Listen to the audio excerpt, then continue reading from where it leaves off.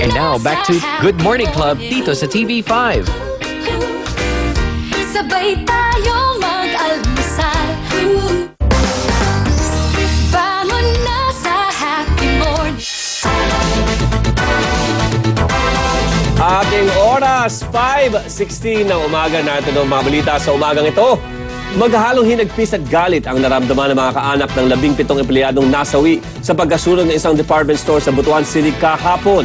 Hindi rin kasi dapat namatay ang mga biktima kung nakalabas lamang ang mga ito sa nasusunog na gusali. Nakapadlock daw kasi ang fire exit at main entrance nito. Kaya nasunog ng buhay ang mga biktima.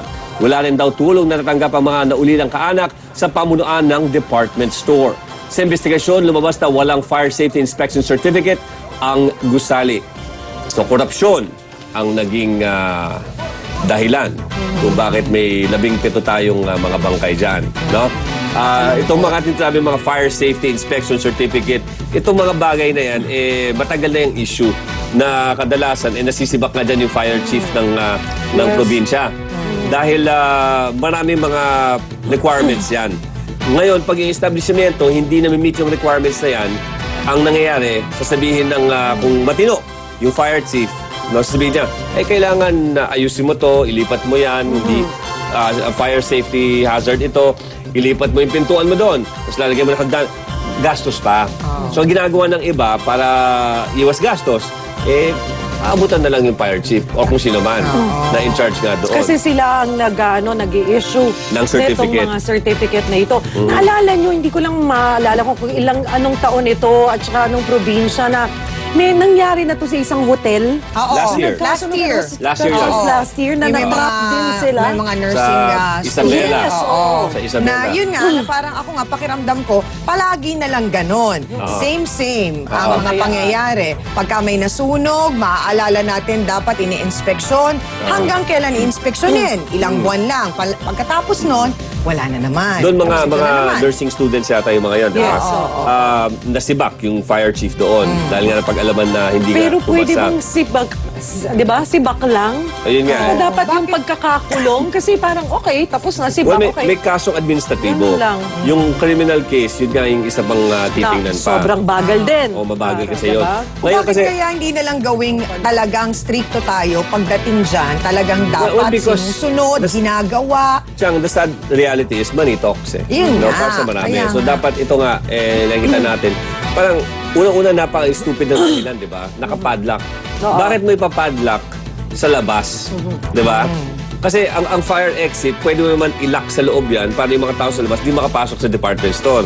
Yun lang naman yung dahilan nun, di ba? Or, kung nasa labas man, hindi mo kailangan i-padlock mo. Pwede mo lang ikadena na paikot yan para pag dumating ang panahon na may sunog, tatanggilan nila yung kadena, mabubuksan nila, Hindi, pero marami makakawala ng sila. mga makabagong mga klase ng pintuan ngayon. Di Oh, ba? well, Na that's merong true also. ganun. Merong nalalak mula from the outside. outside. Di ba? Na ganun. Oo. Meron daling i-push Oo, pagdating sa meron ano. ng mga ganun. Eto, kinadena. So parang isipin mo naman yung desperation nila at saka yung feeling nila, ito, exit.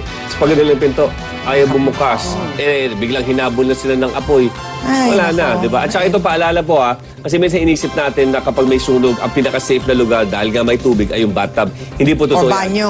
Hindi po totoo yan. Although, importante yung we're down kasi nga umaakit yung usok. So, importante, nandun tayo sa may baba, away from yung nakakasulasok na amoy. Tapos gumapang lang tayo. The best is gumapang tayo papunta sa nearest exit talaga. Huwag tayo magpapakulong sa banyo dahil napakarami po sa mga kapatid natin na naipis sa sunog sa banyo po sila nasawi. Ako ay amin pong pakikiramay sa mga nasawi po. Sa ibang balita naman, nahanap na ang 2 batang dinukot sa labas ng kanilang bahay sa May Kawayan, Bulacan nung Sabado. Natagpuan po sina Angeline at Amber na palaboy-laboy sa bayan ng Pulilan. Tingin ng mga otoridad, hindi sindikato kundi may sayad lang o may diferensya lang sa pag-iisip ang kidnapper. Dahil naman sa insidente na babahala na ang mga magulang sa pagdami ng kaso ng kidnapping. Kaya payo ng mga otoridad, huwag hayaang maalis sa paningin ang mga anak. Patuloy ang paghahanap nga po sa suspect. Nakatakot yan, ha? Dumadami yung ganitong insidente. Para naman sa mga magulang, hindi ko naman maintindihan kung bakit iiwan mo yung anak mo sa kakikilala mo lang o kikilala mo lang, diba? O hindi mo kilala. Actually, maraming ganyan na akong mga narinig na kwento na ang laging nangyayari sa face-to-face, laging sinasabi nila, umalis ako iniwan ko sa kapitbahay yung anak ko, pinabantayan. Mabilis kasi nga tayong magtiwala. Oo. Tapos, ako, ewan ko lang anong take nyo doon sa mga bata na kapag nag-outing sila ng pamilya, yung may leash?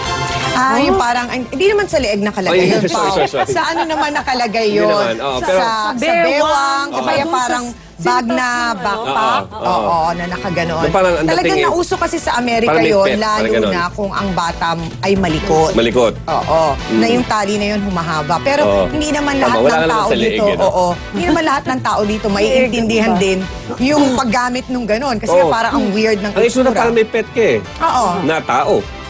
Tsaka hindi mo rin naman masasabi kasi kung medyo kahit nakataling ganon, kung umakyat na ng hagdanan, di ba, hindi rin naman din matibay yung tali na ganon. Oo. Hindi rin siya safe. Alam mo di ba may sinasabi sila sa mga amusement park, no, sa abroad, may mga insidente na may mga bata na mawawala, tapos ipapa-shutdown pa nila yung buong park para lang hanapin yung bata. Di ba? Tapos matatagpuan nga yung bata, pero kalbo na. So, parang ibig sabihin, ang style ng mga kidnapper o ano man, to make sure na hindi na kamukha ng anak. Diba? So, isi-shave nila yung ulo. Siyempre, sa unang tingin, hindi mo alam, anak mo yun pag naka-shave na So, para mapuslit nila, may labas nila. So, may mga ganun na style. Kaya nga, Ibang modus. oo, kaya paalala talaga Kaya natin paalala sa mga magulang, Know maging where your maingat na kids lang po. are at Oo. all time. Yun na lang ang talagang pwedeng gawin. Samantala sa ibang balita, formal nang dinemanda kahapon na mag-asawang Raymart at Claudine ang mamamahayag na si Mon Tulfo kaugnay ng nangyaring gulo sa NAIA. Physical injury at child abuse ang sinampang reklamo ng mag-asawa sa Pasay Regional Trial Court. Alam daw ni Raymart na hindi tama ang manakit ng senior citizen pero mas hindi raw niya masikmura ang pagtadyak ng kolumnista sa misis niya. Sa lakas, nakatungkod na raw si Claudine ngayon. Ang mga anak naman nila kailangan ng dumaan sa counseling dahil daw sa trauma. Dahil daw sa lahat ng yan, tiniyak ni Raymart na wala ng atrasan sa kaso. Habang si Tulfo hindi maintindihan kung bakit siya dinidemanda ng child abuse. Sorry. At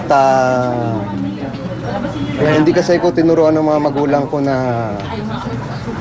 pumatol sa mga mas matanda sa akin at hindi na tinuturo ko sa aking mga anak.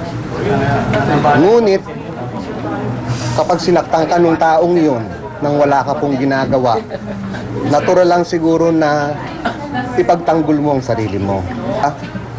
Kung yung taong yun nung nakakatanda sa inyo sinaktan yung mahal nyo sa buhay, lalong-lalo na yung asawa ko. Lalong-lalo na yung asawa ko. Babae yan Hirap na magsalita pero parang napaka-estupido naman na kaso yan. Paano sinaktan ko yung mga bata? Nagsalita ng ground crew ng Cebu Pacific na nasangkot sa gulo sa Ninoy Aquino International Airport. Kwento ng mga empleyado, tinalakan sila ni Claudine dahil sa nawawalang bagahe. Sa report ng airline, iniwan na kanilang gamit sa Katiklan dahil sa weight limitation ng eroplano. Dito uminit ang ulo ng aktres at sinabi pang bayaran ng crew ang kanilang round-trip ticket kahit siniguro ng airline na madedeliver ang kanilang bagahe. Utos naman ng Civil Aeronautics Board o CAB magbigay ng mas kumpletong paliwanag ng Cebu Pacific tungkol